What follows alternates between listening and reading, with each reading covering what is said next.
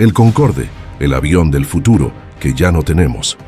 En su época, el Concorde fue la joya de la aviación civil, un símbolo de lujo y de tecnología avanzada que parecía sacado de una película de ciencia ficción. El avión supersónico, que prometía cortar el tiempo de los viajes intercontinentales a la mitad y llevar a la élite mundial a velocidades que solo los aviones militares podían alcanzar. Pero, como todo en la vida, el futuro tiene la mala costumbre de desmoronarse ante las dificultades. ¿Qué pasó con el Concorde? Un avión que parecía estar destinado a cambiar el mundo, pero que acabó siendo una reliquia de un sueño nunca cumplido. Aquí te contamos la increíble historia de un héroe aéreo caído, un avión que marcó una era y dejó una marca imborrable en la historia de la aviación.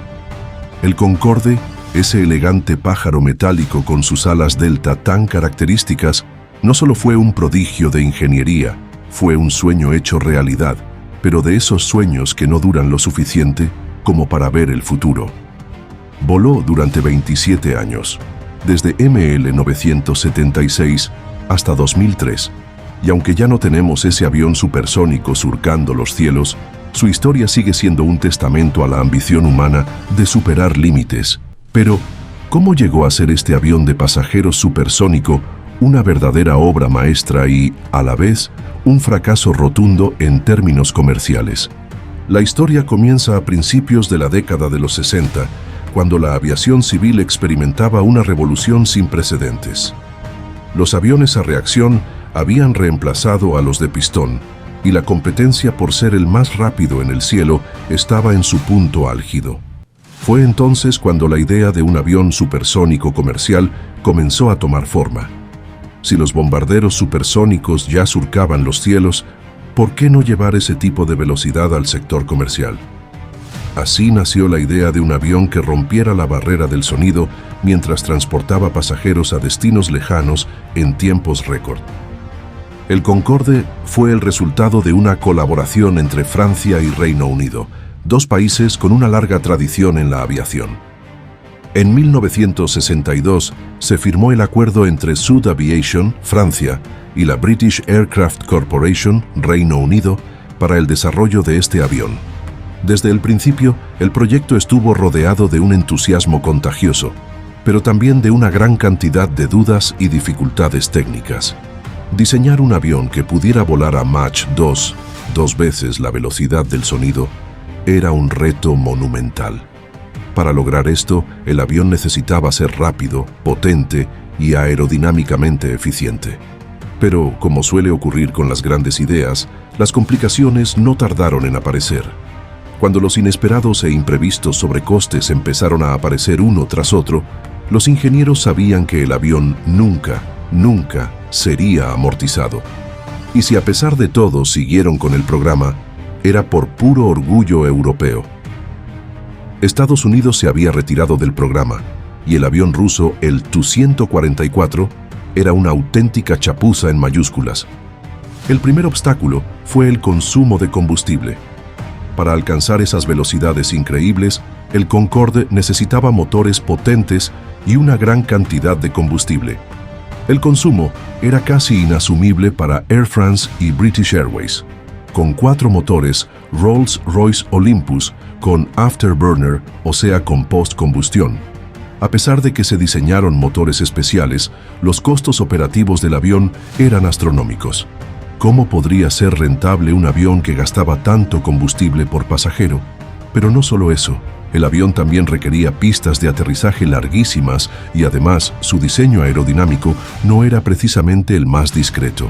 El boom sónico generado por el Concorde durante el vuelo supersónico era algo inevitable.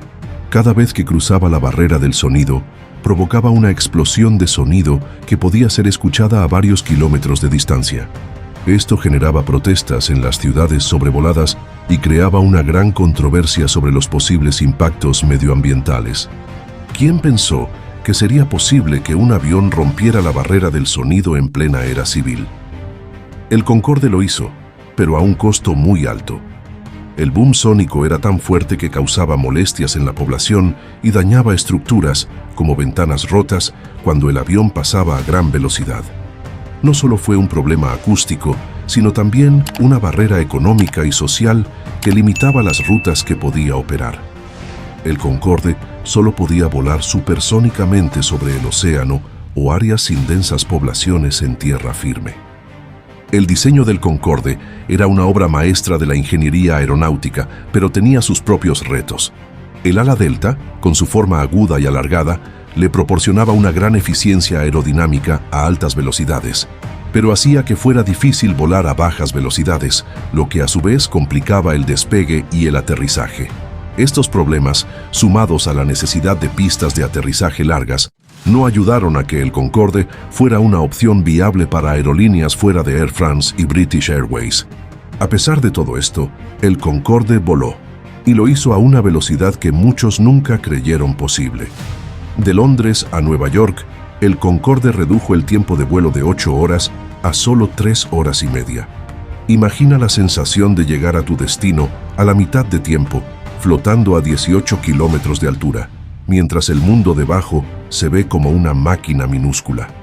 Eso fue lo que ofreció el Concorde, un pedazo de futuro en una cápsula de lujo. Pero a pesar de su glamour, el Concorde nunca fue un éxito comercial. Solo un pequeño número de aerolíneas se arriesgaron a operar este avión de lujo supersónico, y las tarifas astronómicas mantenían a la mayoría de los pasajeros fuera de su alcance. Un billete de ida y vuelta entre Londres y Nueva York podía costar hasta $10,000. Y no estamos hablando de primera clase, sino de asientos en clase única, a menudo con menos comodidad que los aviones más convencionales.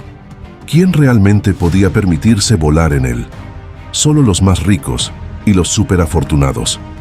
El Concorde fue operado con gran orgullo, pero los costos operativos siempre fueron una piedra en el zapato. La tecnología supersónica era increíble, pero su eficiencia económica no lo era tanto. A medida que avanzaba la década de los 80s y los 90s, los costos del combustible y el mantenimiento de estos aviones supersónicos aumentaron considerablemente, haciendo que fuera imposible seguir operando de manera rentable. Además, el mercado para vuelos supersónicos nunca fue lo suficientemente grande como para justificar la inversión. ¿Y qué pasó después? El accidente del Air France Concorde en el año 2000 fue el golpe de gracia para el avión. Aunque el Concorde fue modernizado y se hicieron mejoras para evitar accidentes similares, la tragedia dejó una marca imborrable en la industria de la aviación. La combinación de costos elevados, preocupaciones medioambientales y la dificultad de mantener la rentabilidad significó que las aerolíneas se cansaron de operar un avión tan costoso. En 2003, Air France y British Airways anunciaron la retirada del Concorde, poniendo fin a 27 años de vuelos supersónicos comerciales. El Concorde fue una leyenda de la aviación, pero no logró cumplir con las expectativas comerciales que se tenían de él. Aunque el Concorde no era un fracaso absoluto, sí fue un ejemplo de cómo la ambición de crear algo revolucionario puede verse limitada por la realidad económica y tecnológica. El sueño de un avión comercial supersónico nunca alcanzó la escala que muchos pensaron posible, y el Concorde se retiró del servicio, dejando una huella imborrable en la aviación, pero también muchos porqués sin respuesta. ¿Podría el Concorde haber tenido otro destino? Tal vez si las circunstancias hubieran sido diferentes. Tal vez si el mercado hubiera estado más preparado para aceptar los vuelos supersónicos, o si la industria aeronáutica hubiera encontrado una manera de reducir los costos operativos. ¿Lo positivo? Dos cosas. La creación de este avión permitió adquirir una gran cantidad de conocimientos para un futuro no muy lejano. Y los europeos llevaron el consorcio Concorde a la cooperación en la industria y fue la propulsora de Airbus. Pero lo cierto es que, aunque el Concorde ya no vuela más, su legado sigue vivo en la historia de la aviación. ¿Veremos algún día otro avión supersónico comercial? Solo el tiempo lo dirá. Pero por ahora, el Concorde sigue siendo el único que rompió la barrera del sonido en los cielos comerciales. Y así, el Concorde se fue. Un sueño que no pudo ser, pero que abrió las puertas a la imaginación de futuras generaciones. ¿Quién sabe? Tal vez en algún futuro, el Concorde regrese de alguna manera. Aunque ya no tenemos el Concorde, sus huellas permanecen. Si llegaste hasta aquí, es porque esta historia te atrapó. Ahora es tu turno. Dale like, suscríbete y activa la campana para no perderte lo que viene. Comparte este video y ayúdanos a llevar estas historias al mundo. Esto es solo el comienzo. Lo mejor está por venir. Hasta el próximo video.